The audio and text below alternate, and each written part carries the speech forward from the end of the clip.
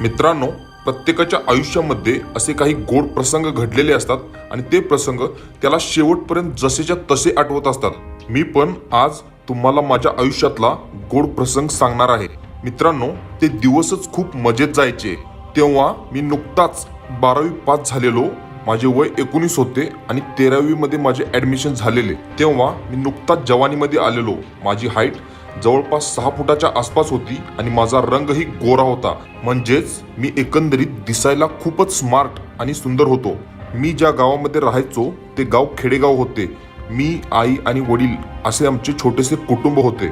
आम्ही गावापासून दूर 2 किलोमीटर शेतामध्ये राहायचो। मित्रांनो, आता तुमचा जास्त वेळ न वाया घालवता मी डायरेक्ट स्टोरीवरती येतो। मित्रांनो, शेतामध्ये आमच्या शेजारी सुमन दिदी तिच्या आईसोबत राहायची। ती दिसायला खूपच सुंदर होती।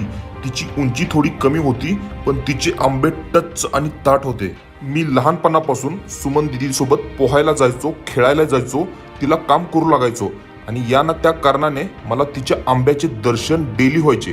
मी स्वप्नामध्ये त्या सर्व गोष्टी सुमन दिदी सोबत करायचो, ज्या गोष्टी मला प्रत्यक्षात तिच्यासोबत करणे शक्य नव्हते। मित्रांनो, ते दिवस उन्हाळ्याचे होते आणि उन्हाळ्यामध्ये चोऱ्यांचे प्रमाण जास्त असायचे खेडेगावामध्ये। तेव्हाच आमच्या गावच्या आजूबाजूला 3-4 ठिकाणी चोऱ्या झालेल्या होत्या आणि त्यामुळेच सर्वत्र भीतीचे वातावरण तयार झालेले। सुमन दीदीचे वडील दुबईला नोकरी करायचे, त्यामुळे ते 6-6 महिने तिकडेच राहायचे आणि याच कारणामुळे घरी सुमन दीदी आणि तिची आई या दोघीच राहायच्या। आता गावापासून दूर शेतामध्ये आमच्या 2च वस्त्या होत्या आणि घरी कोणीही पुरुष माणूस नव्हतं, त्यामुळे सुमन दीदीने मला झोपायला बोलवले। आईनेही परवानगी दिली।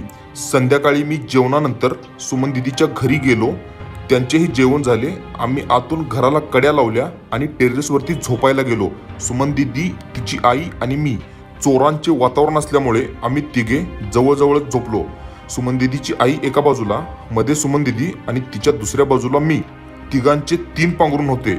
टेरेसवरती असल्यामुळे खूप थंडी वाजत होती। तेवढ्यातच सुमन दीदी बोलली, सौरभ, खूपच थंडी आहे, तू माझ्या पांघरुणामध्ये ये, त्यामुळे आपणाला डबल पांघरून मिळेल। हे ऐकताच माझा बाबूराव टाईट झाला। मी संधीचे सोने केले आणि लगेच सुमन दीदीच्या पांघरुणामध्ये शिरलो। आता मी खूप खुश झालेलो। ज्या गोष्टी मी रोज स्वप्नात बघायचो त्या आता माझ्या मुठीत होत्या। तेवढ्यातच सुमन दीदीची आई बोलली, सुमन, मी झोपेची गोळी खाते, मला सकाळी लवकर उठव। सुमन दीदी बोलली, ठीक आहे आई, खा। सुमन दीदीच्या आईला झोपेचा प्रॉब्लेम होता, तिला झोप यायची नाही, त्यामुळे तिला झोपेच्या गोळ्या चालू होत्या। आता माझा आनंद गगनात मावत नव्हता, कारण माझ्या मनातल्या सर्व गोष्टी प्रत्यक्षात घडत होत्या। आम्ही दोघांनी थोडा वेळ गप्पा मारल्या आणि सुमन दीदी झोपी गेली। मी तिला हाक मारली, तिने कोणताही रिस्पॉन्स दिला नाही, ती झोपेत होती। सुमन दीदीने नाईटी पॅन्ट आणि फुल टी-शर्ट घातलेला। आता माझा बाबूराव पूर्णपणे ताठ झालेला। माझे स्वतःवरचे नियंत्रण मी हरपून बसलेलो। थोडा वेळ विचार केला आणि मी स्वतः धाडस केले। मी माझा एक हात सुमन दीदीच्या पोटावरती टाकला। थोडा वेळ तसाच ठेवला, बघितलं काही रिस्पॉन्स येतो का। सुमन दीदी तशीच झोपलेली। मी माझा हात तसाच तिच्या आंब्यावरती नेला। खरं तर सुमन दीदीला जाग येईल याची मला खूपच भीती होती। थोडा वेळ माझा हात मी तसाच ठेवला। सुमन दीदीकडून कोणतीही रिएक्शन आली नाही, त्यामुळे माझा कॉन्फिडन्स वाढला।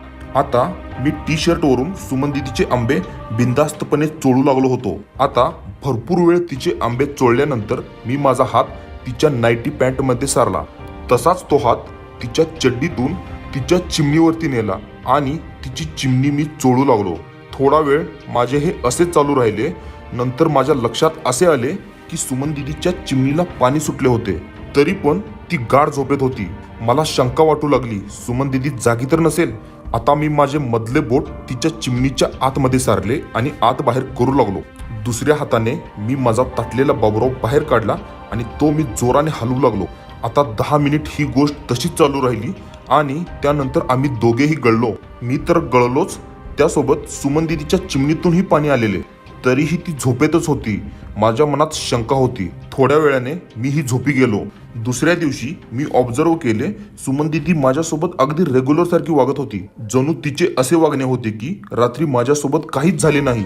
आता दुसरा दिवसही मावळला। मी पुन्हा तिच्याकडे झोपायला गेलो। आज तिने नाईटी पॅन्ट घातलेली नव्हती, आज तिने गाऊन घातलेला। माझ्यासाठी हा ग्रीन सिग्नलच होता। थोड्या वेळानंतर सुमनची आई झोपी गेली आणि त्यानंतर सुमन ही झोपी गेली. आता मी पुन्हा धाडस केले. माझा हात डायरेक्ट मी तिच्या गाऊनमध्ये घातला. मी चक्क झालो, कारण तिने तिची चड्डी आणि छातीवरची पट्टी आज घातलेली नव्हती. माझ्या मनात पुन्हा शंका येऊ लागल्या. मला असे वाटले की तिने जाणून बुजूनच हे केले. पण जेव्हा मी तिच्याकडे बघितले, ती गाढ झोपलेली. आता मी पुन्हा माझ्या हाताने तिचे आंबे दाबू लागलो होतो आणि आंब्यावरचे छोटे मनुकेही. आता मी तिचा गाऊन घाबरत घाबरत वरती सारत होतो. थोड्याच वेळात मी तिचा गाऊन तिच्या छातीपर्यंत ओढला होता. आता सुमन दिदी माझ्यासमोर उघडी होती. मी चादर बाजूला सारली तरीही ती झोपेत होती, ते पण गाढ. आता मी पुढच्या लेवलचे धाडस केले. मी तिचे आंबे तोंडाने चाटू लागलो आणि तिचे मनुके तेही जिभेने चाटू लागलो. मी तिचे आंबे चाटता चाटता माझ्या एका हाताने तिच्या चिमणीमध्ये माझे बोट सारले. तिची चिमणी पाण्याने संपूर्ण भिजली होती. रात्रीच्या चंद्राच्या प्रकाशात तिची बॉडी अगदी चमकत होती आणि हे बघून माझा बाबूराव पूर्णपणे ताठ झालेला. आता मी माझे पूर्ण बोट तिच्या चिमणीमध्ये सारले होते, तरीही तिने कोणतीही रिएक्शन दिली नाही. आता माझ्या मनामध्ये शंका आली. मी मनातल्या मनात ठरवले, आज हिला ठोकायचेच. आता मी माझा बाबूराव पटकन बाहेर काढला आणि अलगद तिच्या शरीरावरती गेलो आणि बाबूरावचे टोक तिच्या चिमणीवरती टेकवले. आता मला अजिबात कंट्रोल होत नव्हते. मी माझा बाबूराव थोडा थोडा तिच्या चिमणीमध्ये आत सारला आणि आत बाहेर करू लागलो. आता माझा संपूर्ण बाबूराव तिच्या चिमणीच्या आतमध्ये घुसला होता आणि तरीही ती झोपेच्या अवस्थेत होती. मला नेमके काहीच समजत नव्हते. मला असं वाटत होते ही जणू नाटकच करत आहे की खरंच ही गाढ झोपेत आहे. आता मी जास्त न विचार करता तसेच 10 मिनिट माझा बाबूराव तिच्या चिमणीच्या आतमध्ये आत बाहेर करत राहिलो आणि शेवटी माझ्या बाबूरावने तिच्या चिमणीमध्ये उलटी केली. आता मी तिच्यावरून बाजूला झालो. तिचा गाऊन जसा होता तसा केला आणि थोड्या वेळाने मीही झोपी गेलो. दुसऱ्या दिवशी माझ्या मनात भीती होती की सुमन दिदी रागवेल रात्रीच्या कारस्थानासाठी. पण तसे काहीच झाले नाही. उलट तिने कोणतीच रिएक्शन दिली नाही. अगदी ती रेग्युलर वागत होती. आता दिवसभर माझ्या मनामध्ये तेच प्रश्न फिरत होते. ती जागी होती की झोपलेले नाटक करत होती. आता पुन्हा दिवस मावळला. मी माझे सर्व जेवण उरकून मी पुन्हा सुमन दिदीकडे झोपायला गेलो. आज मी पक्के ठरवलेले तिचे नाटक समोर आणायचे. आता थोड्या वेळाने सुमन दिदीच्या आईने गोळी खाऊन झोपी गेली आणि सुमन दिदीही थोड्या वेळानंतर झोपी गेली. मी पुन्हा धाडस केले आणि माझ्या हाताने तिचा गाऊन संपूर्ण छातीवरती केला. आज तिने छातीवरची पट्टी घातलेली होती. मी माझ्या हाताने ती काढून बाजूला सारली. आता मी तिचे झोपेचे नाटक उघडे करण्यासाठी तिचे आंबे जोरजोराने दाबू लागलो. तरीही ती झोपेतच होती. आता मी तिच्या आंब्यावरचे मनुके दाताने चाटू लागलो. तरी पण तिने कोणतीच रिएक्शन दिली नाही. ती गाढ झोपेमध्ये होती. आता मी रागामध्ये तिचा गाऊन तिच्या शरीरापासून संपूर्ण बाजूला केला. तरी पण तिने कोणतीच रिएक्शन दिली नाही. आता मी रागात माझे सर्व कपडे बाजूला काढले आणि तिच्या शरीरावरती चढलो. तिचे ओठ चाटू लागलो. माझे संपूर्ण वजन मी तिच्या शरीरावरती सोडले होते, तरी पण ती कोणतीच रिएक्शन देत नव्हती. आता मी तिचे ओठ आणि तिचे आंबे चाटता चाटता एका हाताने मी माझा ताटलेला बाबूराव तिच्या चिमणीवरती ठेवला आणि जोराचा धक्का दिला आणि मी जोराने करू लागलो. 10 मिनिट मी जोराने तिला ठोकत होतो. तरी पण तिने झोपेच्या अवस्थेत असलेले सोंग तसेच ठेवले. तिने डोळे उघडले नाहीत. आता मला काहीच समजत नव्हते. मी तसेच जोरात तिला ठोकत राहिलो आणि शेवटी 15 मिनिटांनंतर तिच्या चिमणीमध्ये ओकलो. आता मी ठोकून झाल्यानंतर तिचे कपडे तिला न घालता मी तसाच झोपलो, कारण मला बघायचे होते ती झोपलेली होती की जागी होती.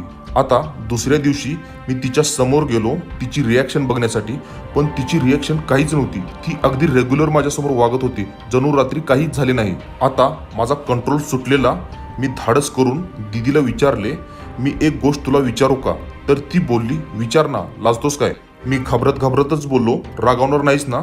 तर ती बोलली, यात घाबरायचं काय आहे, तू माझ्यापेक्षा लहान आहेस. आता मी धाडस केले आणि तिला विचारले. मी बोललो, दीदी, मी 2 दिवस झाले रात्री तुझे कपडे काढतोय आणि तुझ्यासोबत झोपतोय, तरीही तुला काहीच जाणवत नव्हते का की तू नाटक करत होतीस? खरं सांग दीदी. रात्री तर मी तुला ठोकले पण आणि तुझे कपडे पण घातले नव्हते, मग तुला सकाळी कपडे घालताना जाणवले नाही का? तेव्हा दीदी हसली आणि म्हणाली, राजा, तू जे करत होतास ते माझ्या बी मनात होते. आता आई गावामध्ये किराणा माल आणण्यासाठी गेली आहे, तोपर्यंत ठोक मला, ये आत माझ्या बेडरूम मध्ये. एवढे बोलून तिने माझा हात पकडला आणि तिच्या बेडरूममध्ये मला घेऊन गेली.